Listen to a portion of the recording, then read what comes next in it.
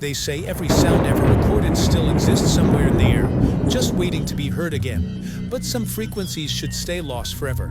Heaven loved the quiet of the late shift. Just him. The hum of the old broadcast equipment, and the vast, silent countryside stretching out for miles. He was a radio technician at a small, nearly forgotten station, a relic from a time before podcasts and streaming. His job was simple: run diagnostics, check the signal strength, and make sure the automated overnight playlist ran smoothly. It was a peaceful, lonely existence. And that's just how he liked it. One Tuesday night, or maybe it was early Wednesday morning, something felt different. The air in the booth was heavy, colder than usual. While running a routine frequency scan, his needle twitched. It landed on a dead spot, a frequency that shouldn't have anything on it. Static hissed through the monitors, but underneath it, there was something else. Faith. Rhythmic tone, almost like a slow, steady heartbeat. Beep, beep, beep. And then a voice. A distorted, guttural whisper that crawled out of the static, so faint he almost missed it. It said the same thing, over and over. Do you hear it too? Heaven leaned closer, his own heart starting to pound in time with the signal. It had to be interference. Maybe a ham radio operator bouncing a signal off the atmosphere, or some stray transmission from a passing plane.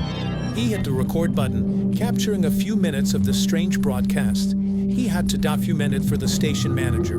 He rewound a digital file and pressed play. The rhythmic tone was there, clear as before, but the voice, it was different, a little less distorted, a little clearer, and a little closer. Do you hear it too?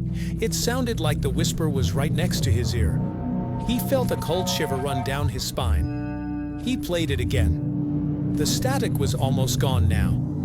The voice was clearer still, smoother, as if it was learning how to form the words properly. Do you hear it too? He shut the equipment down, pulling the plug straight from the wall socket. Silence. The only sound was his own ragged breathing. He sat in the dark for a long moment, the green and red lights of the powered-down console reflecting in his wide eyes. Then he'd started again. Beep, beep, beep. The sound wasn't coming from the speakers. It was coming from there. Itself, from the walls, from everywhere at once. The overhead lights in the booth began to flicker in perfect time with the tone. Panic set in. This wasn't interference. This was something else. He frantically started digging through the station's old archives. Dusty log books and faded schematics piled in a forgotten corner of the office. He needed to know what that frequency was. After what felt like hours, he found it, an old broadcast chart from the 1970s. The frequency was marked in red ink, the emergency broadcast channel 7. But it had a note next to it, written in shaky handwriting, "Be commissioned, do not use." A faded newspaper clipping was tucked into the page.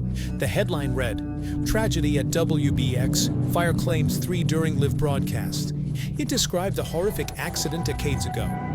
A sudden electrical fire had trapped a group of operators in this very booth during a live transmission.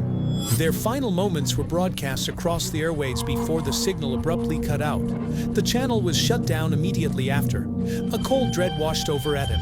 He looked at the console, at the blinking lights that weren't plugged into anything. He was listening to ghosts, digital ghosts trapped in a signal that never fully died. The more he listened, the more he felt a presence in the room with him. A cold spot that moved around the booth.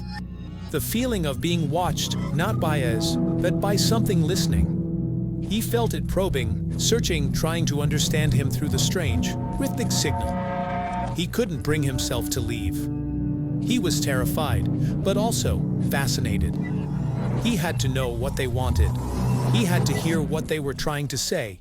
Days turned into a week. Heaven stopped going home. He lived at the station, surviving on vending machine snacks and lukewarm coffee. He didn't answer calls from his family or friends. He just sat in the booth, listening.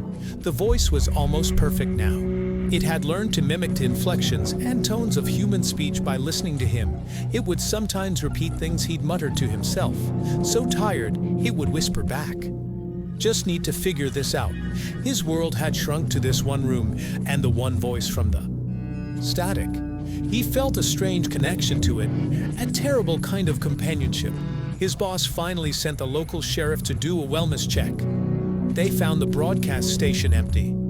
Evan's car was in the parking lot, his wallet and keys on the console. But Evan was gone. The only thing out of the ordinary was that the station was live, broadcasting on its main frequency. The on-air sign was lit, glowing a bright, unnerving red. The sheriff called the station manager, confused. He put his phone near the radio. "Listen to this," he said. The broadcast wasn't music or news. It was a man talking in a calm, clear, mesmerizing voice. He was telling a story. The story about a late-night radio technician who discovered a haunted frequency. The station manager's blood ran cold. The voice on the radio, it was Evan's. Perfect, clear, and utterly chilling. The broadcast continued 24 hours a day, even though no one was in the booth. And every night, just after midnight, Evan's voice would pose the story, and a new sound would emerge. A faint, rhythmic tone, followed by a whisper that traveled across the airwaves to anyone who might be listening in the dead of night. A whisper that asked a simple, terrifying question. Do you hear it too? If you love this, give it a thumbs up, subscribe, and smash that bell for more awesome stuff.